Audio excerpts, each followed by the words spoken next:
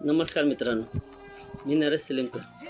आज मी तुम्हाला आमच्या गावाची एक अशी बाजू दाखवणार आहे जी तुम्हाला पाहून प्रश्न पडेल की आपण खरंच विकासाकडे चाललो आहोत की विकासापासून खूप दूर चाललो आहोत। आधी हा फोटो पहा। हे फोटो पाहून असं वाटतं की खूप अभिमानाची गोष्ट आहे आपल्या गावासाठी। या फोटोमध्ये आपल्याला निर्मल ग्राम पुरस्कार म्हणून 2006 साली डॉक्टर APJ अब्दुल कलाम यांच्या हस्ते देण्यात आला होता। आपल्या गावाच्या इतिहासातील सर्वात मोठा दिवस होता। प्रमाणपत्रामध्ये स्पष्ट नमूद केलेलं आहे की घरामध्ये, शाळांमध्ये आणि अंगणवाड्यांमध्ये 100% स्वच्छतेची सोय उपलब्ध आहे। ग्रामीण स्वच्छतेच्या प्रचारात आणि प्रसारात उत्कृष्ट योगदान आहे। पण खरं तर 20 वर्षापासून आणि 20 वर्षापूर्वीची जी गोष्ट होती तिथून 2026 मध्ये ह्या येणाऱ्या 20 वर्षाच्या कालामध्ये खरं तर सगळं उलटं झालेलं आहे। आधी हा व्हिडिओ बघा। पाण्याची टाकी हे आमच्या गावचे सार्वजनिक शौचालय 1, 2, 3, 4, 5 आणि 6 त्यांची अवस्था तुम्ही पाहू शकता काय येते। कुणाला दरवाजे आहेत तर कुणाचे भांडे ठीक नाही, हे सगळं चालू आहे। आणि हे आमच्या गावचे शौचालय आहेत सार्वजनिक। हे पण किती 1, 2, 3, 4, 5, 6 आणि या साईडला 6 म्हणजे 12। खरं तर यांचे पत्रे वगैरे तुटलेत, दरवाजाचं काढूनच चोरून घेऊन गेलेत की हेच काढलेत, आयडिया नाही।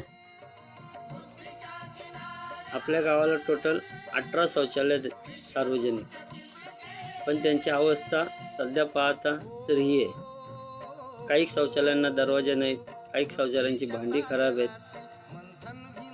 खरं तर गावामध्ये आता 80% लोकांच्या घरामध्ये शौचालय असतील याचं तर मला माहिती आहे।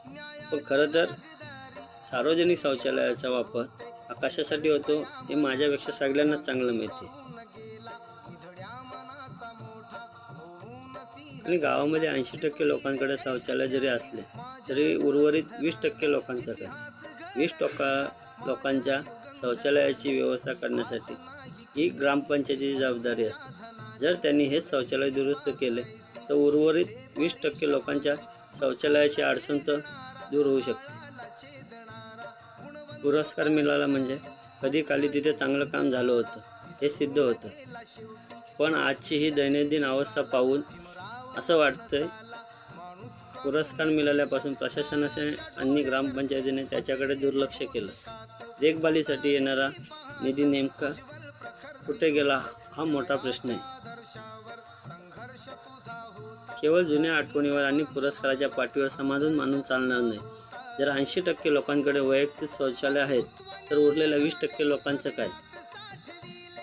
या गोष्टीतून आपल्याला फक्त एकच पाहायला मिळालं की 20 वर्षापूर्वी आपलं गाव खरं तर खूप चांगलं होतं, पण आता 20 वर्षानंतर याच्यामध्ये बराच काही बदल झाला आहे। खरं तर तो बदल विकासाचा व्हायला पाहिजे होता, पण तो विकासाचा नाही झाला। आपण पूर्णपणे विरुद्ध दिशेने काम केलं आहे। त्यामुळे आपण जे गाव आपलं 20 वर्षापूर्वी होतं तसं ते आता नाही राहिलं आहे। कुणाला तरी पुढे यायलाच लागेल। आज मी आलो आहे, माझ्यासोबत तुम्हालासुद्धा यावंच लागणार आहे। आणि खरोखर विकास काय असतो हे यांना दाखवून द्यायचं आणि यांना सांगायचं का विकास या पद्धतीने होतो। सरकार तुम्हाला पैसा देतो, पण तुम्ही त्याचा योग्य वापर करा। ह्या लोकांनी योग्य वापर न केल्यामुळं ते आज प्रॉब्लेममध्ये आहेत। त्यामुळे मी त्यांना वाटतं का मी त्यांच्याशी भांडते, मी त्यांच्याशी भांडत बिलकुल नाही, पण त्यांनी जो गावाच्या पैशाचा वाटोळा केला त्याचाच मी हिशोब मागते आणि त्यामुळं ते आता अडचणी झाले। त्यामुळं माझं फक्त म्हणण्याचा एकच उद्देश आहे, खरंच तुम्ही गावाकडे लक्ष द्या, नाही तर जो आपला 2006 मध्ये जसा गाव होता कमीत कमी तरी आपण तसा बनवूया।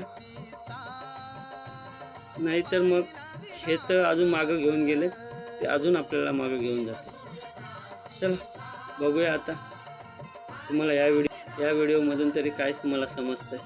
धन्यवाद. तू दाविली पहाट उज्ज्वल प्रखरती ज्योत, न्यायाच्या आदर्शावर संघर्ष तुझा होता, या दीन बांधवांना आदर्श तुझा